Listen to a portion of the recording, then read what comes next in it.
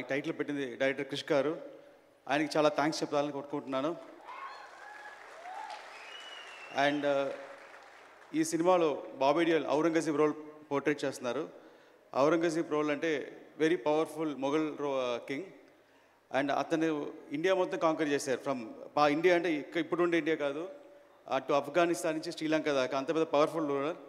అంత పెద్ద రూలర్కి నిద్ర పట్టేది కాదు, ఒకే ఒక వ్యక్తిని చూస్తే నిద్ర పట్టేది కాదు. అది ఎవరంటే మన ఛత్రపతి శివాజీ.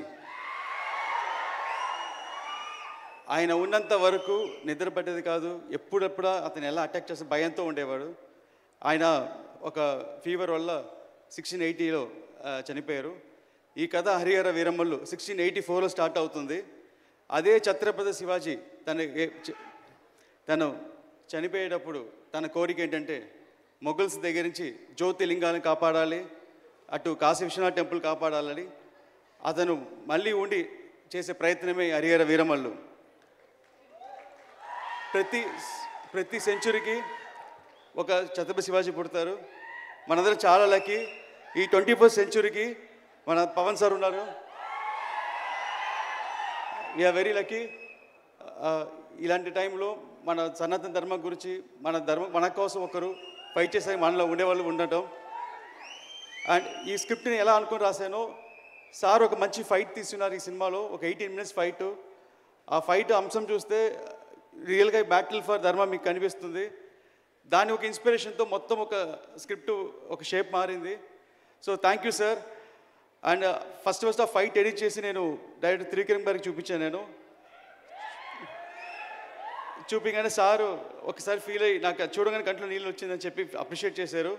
చాలా thanks sir.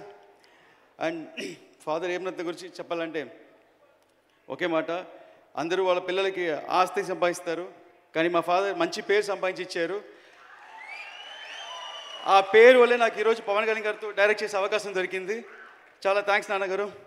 Thanks Pawan sir. And ఒక చిన్న ఇన్సిడెంట్, సినిమా షూటింగ్ అంతా అయిపోయింది. ఒక 3 days ప్యాచ్ వర్క్ ఏదో ఉండింది.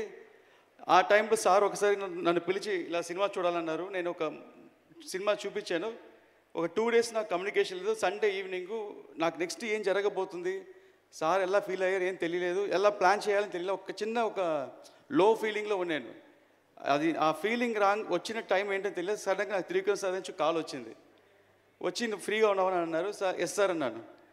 ఒకే మాట, ఇప్పుడే పవన్ సార్ ఇంట్లో నుంచి బయటికి వస్తున్నారు, నీ గురించి 2 hours చెప్పారు అన్నారు.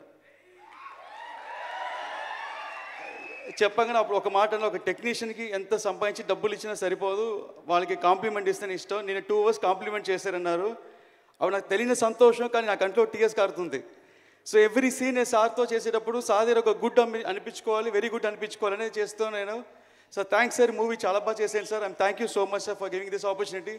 అండ్ మీ ఫ్యాన్స్ మేము అందరి సినిమా చూసి గర్వపడతాం. Thank you so much.